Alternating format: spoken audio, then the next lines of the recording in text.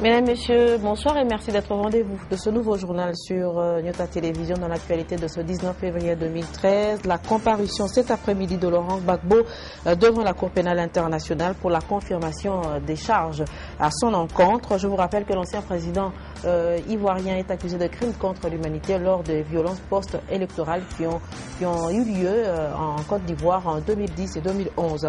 Et nous parlerons santé avec la lutte contre le sida en milieu professionnel. Je vous rappelle que hier a débuté un grand forum sur le sujet dans la ville de Lubumbashi. Et en proximité, nous parlerons de mauvais raccordements de câbles électriques qui ont été remarqués sur la route Mounama au niveau des dépôts situés au marché Njanja. Bienvenue à tous à cette édition d'information. Je vous le disais que cet après-midi s'est ouvert à la Cour pénale internationale de La Haye aux Pays-Bas une audience qui devrait ou pas confirmer les charges à l'encontre de Laurent Gbagbo. Toutes les parties ont présenté leurs arguments et preuves et l'on saura si oui ou non Laurent Gbagbo, l'ancien président ivoirien, sera jugé. Et pour rappel, il est accusé de crimes contre l'humanité et serait co-auteur des violences post-électorales vécues en Côte d'Ivoire en 2010 et 2011. Retour à l'actualité locale au Katanga. Hier, un grand forum a ouvert ses portes dans la ville de Lubumbashi, un forum qui table sur la lutte contre le sida en milieu professionnel.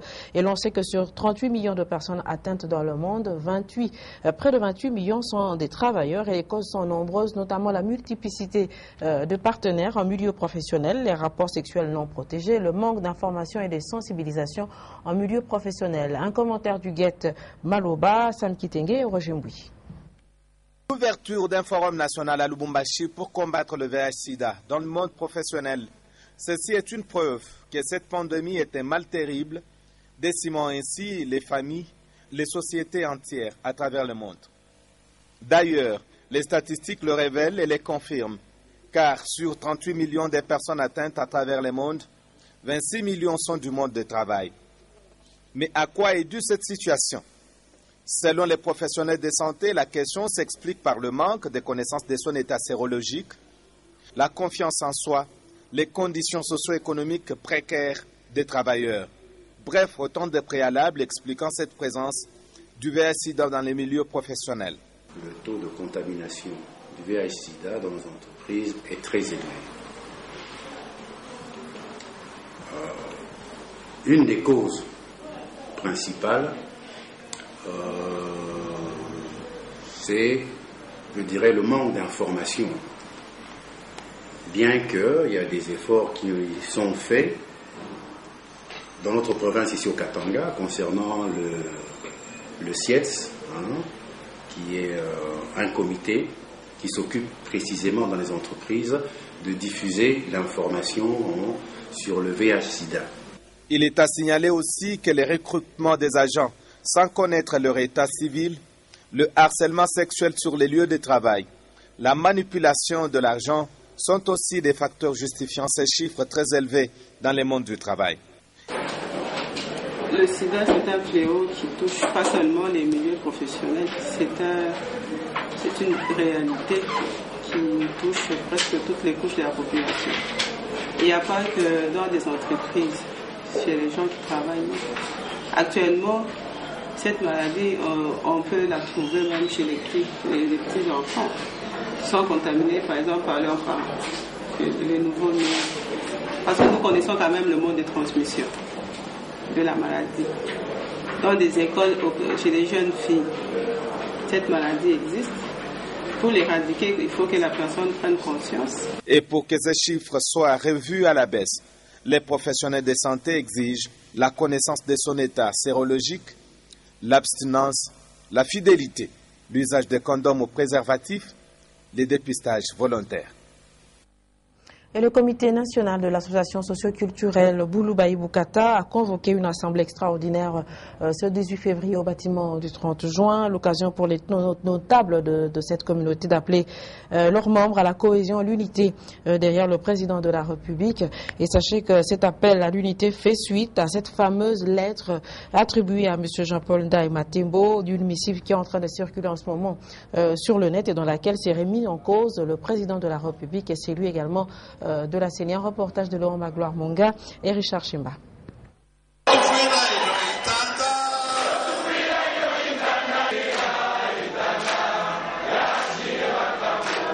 C'est un hémicycle rempli comme un œuf qui a accueilli l'assemblée extraordinaire du Boulouba Ibukata, convoquée par le président national Jean-Paul Ndaingoï Matembo et tous les ténors de la communauté de la Baloubakat. Devant les nombreux membres de la communauté et devant la face du monde, le président Jean-Paul Ndaingoï Matembo a démenti formellement la lettre lui attribuée sur Internet, lettre qu'il aurait rédigée de sa main pour discréditer le président de la République et celui de la CENI. En vue de faire la lumière sur les malentendus suscités dans l'opinion tant nationale qu'internationale par notre réunion tenue le 6 février dernier dans cette même salle. Restons unis, solidaires et vigilants. Soutenons le chef de l'État, Joseph Kabila Kabange. Parmi les intervenants, Jean-Claude Massango Moulongo, en sa qualité du délégué spécial de la Baloubakat auprès du président de la République, Antoine Gabriel Kyungwa Koumanza, membre influent de la Baloubakat, Célestin Mbouyou Kabango de la Baloubakat, ville-province de Kinshasa, le pasteur Daniel Ngoï Moulunda et bien d'autres invités à cette assemblée extraordinaire. Les messages des uns et des autres ont tourné autour de l'unité et la cohésion de la communauté et le soutien au chef de l'État Joseph Kabila Kabange. Ensuite, tous les hommes d'affaires de l'espace Louba ont été conviés à une collecte spéciale pour le développement du nord de la province. Et Christian Yumba a mis la main à la poche et a contribué avec $1000 américains. Pour montrer la cohésion et l'unité de la communauté Louba derrière le chef de l'État, tous les notables présents ont procédé aux accolades sous les yeux de toute la grande communauté qui a répondu à cette assemblée extraordinaire. Et à l'issue de cette assemblée extraordinaire, Maître Nkulu Kilombo s'est aussi exprimé au sujet toujours de cette fameuse lettre qui circule sur le net. Il dénonce le complot ourdi pour diviser la grande communauté de la Baloubakat. Il a appelé à son tour tous les membres de la communauté à l'unité, la cohésion et au soutien des actions du chef de l'État. Je vous propose d'écouter M. Nkulu Kilombo qui est au micro de l'homme Magloire Munga. Pour trouver des solutions à ces problèmes, c'est le dialogue. Ce sont les échanges entre les enfants du Boulouba. 5. Les membres de la Baloubakat ont voulu exprimer leur volonté de vivre ensemble avec toutes les communautés de la province du Katanga pour conforter la cohésion provinciale, appeler toutes les communautés à une cohabitation pacifique en vue de construire un beau et grand Katanga. 6. Cette assistance nombreuse encourage les institutions provinciales à poursuivre la réalisation de ce programme dans la reconstruction du Katanga, de manière que ces réalisations, qui sont très belles, s'étendent à l'ensemble de la province, et cela en vue de conforter la cohésion provinciale, en vue de conforter la paix dans notre province. Que d'habitude, les réunions de la Baloubakat se tiennent en Kilouba. La particularité de cette assemblée générale est que les communications, les exposés ont été faits en français.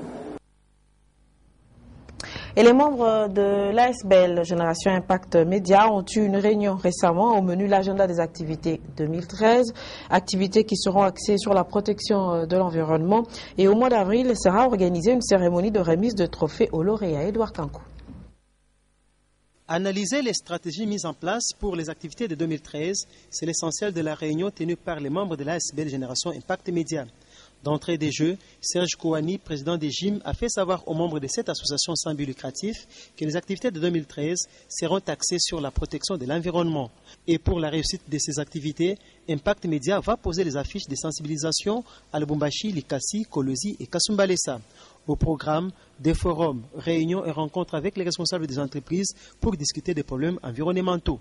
Depuis le début de l'année, nous avons commencé une campagne sur la protection de l'environnement. C'est une campagne de sensibilisation et en même temps, nous voulons aider aussi la population, aider nos institutions à pouvoir bien protéger l'environnement. Et aujourd'hui, nous sommes venus peaufiner donc les stratégies avec lesquelles nous allons procéder à cette campagne. Et aussi, nous allons parler de nos autres activités annuelles. Vous le savez, pour le mois d'avril, nous avons déjà la cérémonie de remise des trophées qui va intervenir au Grand Caravia Hotel. Nous voudrons savoir qui seront nos lauréats pour cette année et sur base de quels critères nous allons les sélectionner, que ce soit dans la ville de Lubumbashi, Likasi, Kolwezi ou même Kasumbalesa. Au mois d'avril de l'année en cours, Génération Impact Média va organiser la cérémonie de remise des trophées aux lauréats selon les critères bien établis. Et les normes urbanistiques ne sont pas respectées dans la ville de Lubumbashi lors de nombreuses constructions. Maurice Mazel et Séverin Katambois se sont penchés sur l'installation de kiosques et souvent devant les parcelles.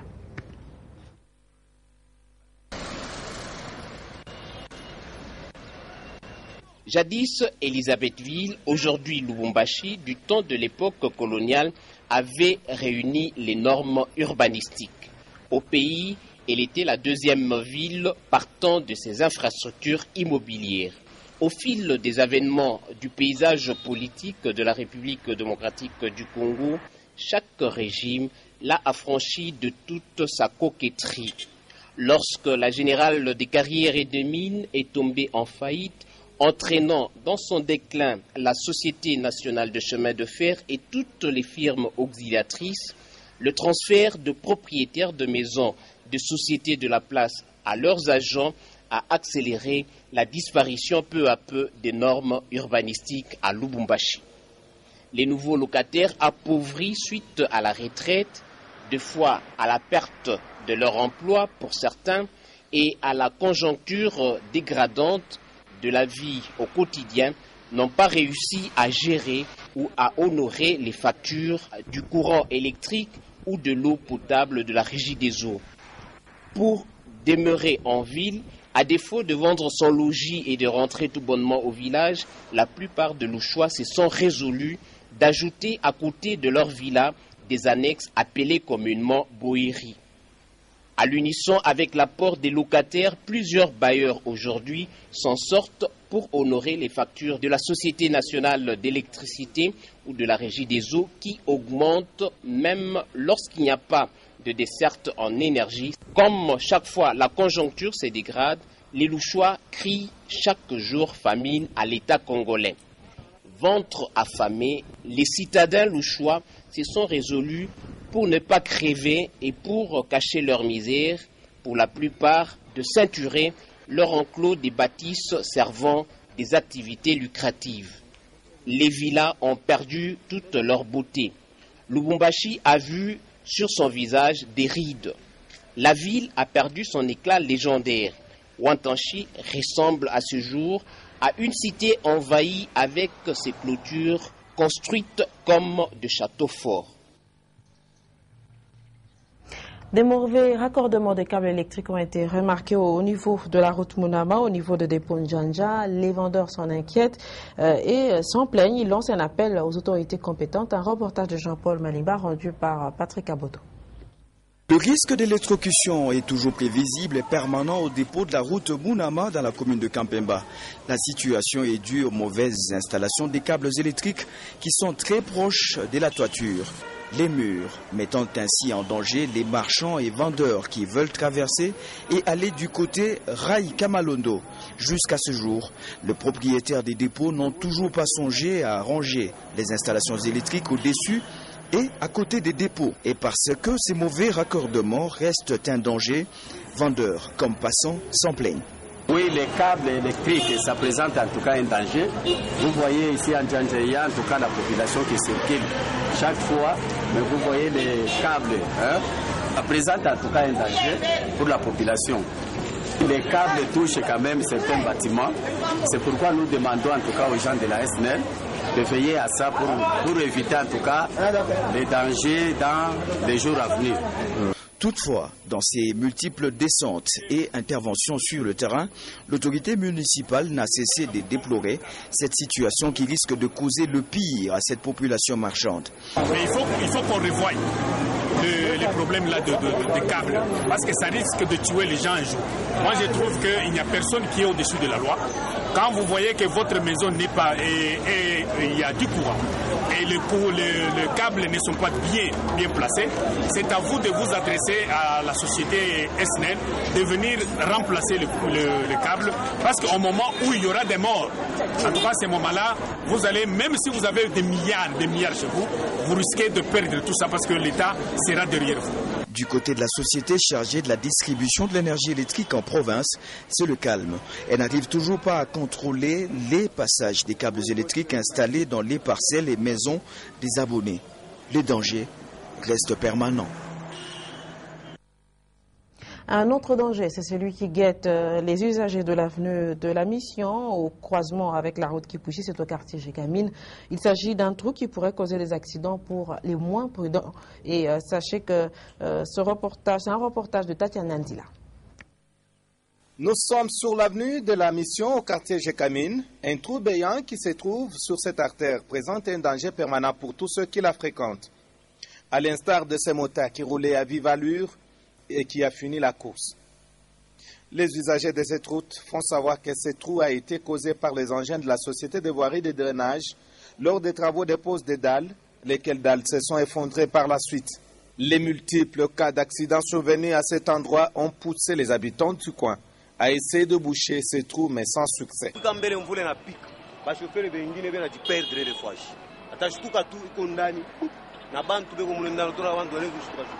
Bamingi shinjo tunawasovaka ile kwaji.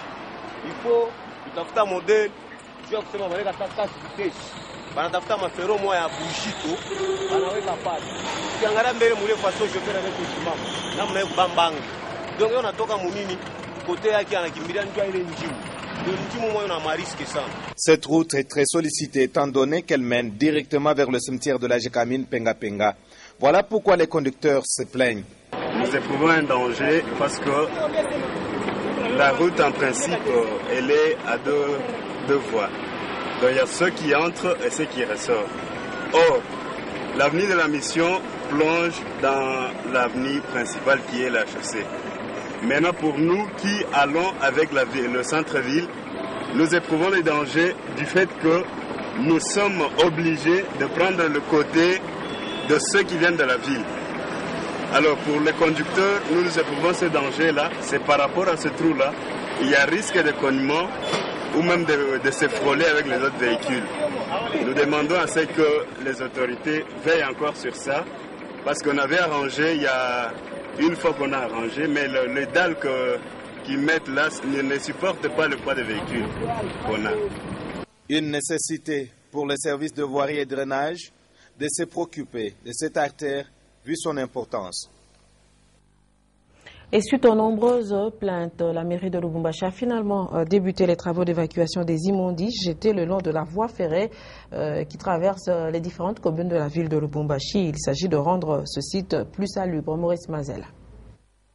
La voie ferrée est envahie sur un long parcours depuis la commune de Kenya en passant par la commune de Kamalondo jusqu'au-delà de la commune de Kampemba.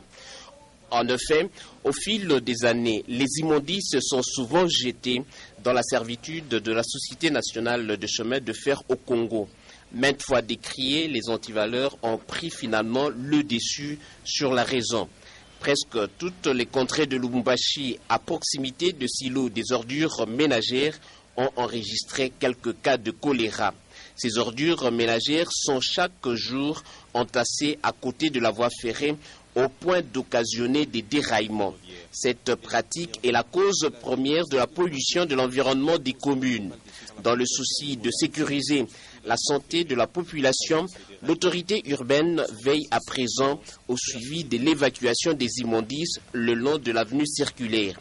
Beaucoup de camions bennes sont disponibilisés grâce à l'implication du gouvernement provincial. Assainissement le long de la voie ferrée est trop coûteux et prendra plusieurs jours. L'opinion se souviendra que c'est pour la énième fois que l'autorité provinciale enlève les ordures ménagères dans la servitude de la Société nationale de chemin de fer au Congo. Mais malgré plusieurs sensibilisations sur la lutte contre l'insalubrité, la mentalité des Louchois s'endurcit toujours, à telle enseigne que la gestion des immondices à Lubumbashi est devenue un casse-tête pour les autorités locales.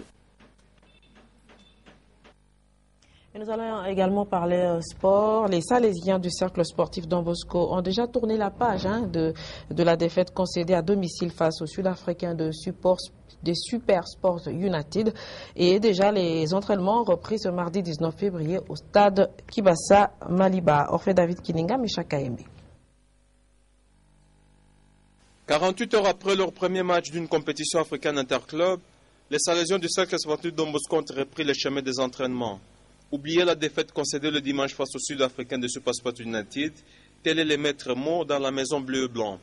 La reprise s'est effectuée en présence du président du club champion Katumbi, qui avait à ses côtés le trésorier Yves Song.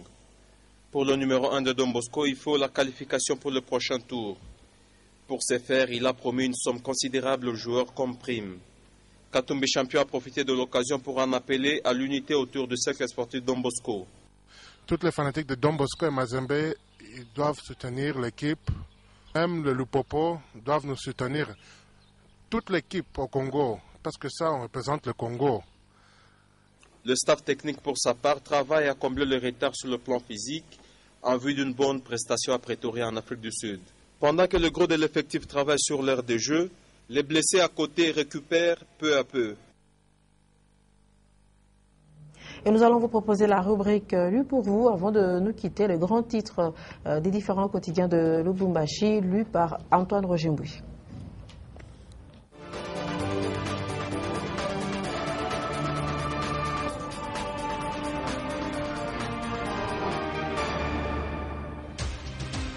Etienne Tshisekedi les larmes, vol des câbles à Likasi, Moïse Katumbi appelle la population à redoubler de vigilance. MLC, RCD et Force du Futur, des pétards mouillés. Brillante entrée amateur pour Vita Club, triste baptême de feu pour le cercle sportif Don Bosco. Tels sont les titres phares du 566e numéro du journal La République, paru à Kinshasa le 18 février 2013. Déjà à la page 2, les confrères qualifient les partis politiques MLC, RCD et Force du Futur comme étant des partis flamboyants lors de la transition politique. Selon les confrères, tous ces partis issus des mouvements rebelles avaient brillé de mille feux. Cependant, depuis 2006, ces formations politiques font figure des pétards mouillés. D'aucuns auront en effet noté que ces partis de l'opposition avaient passé les gros de leur temps à ruminer leurs défaites encaissées à l'issue des élections. Il s'en est suivi des dissensions internes ayant conduit à la défection de plusieurs ténors, à la léthargie, à la désarticulation et à la froideur qui les caractérise jusqu'aujourd'hui.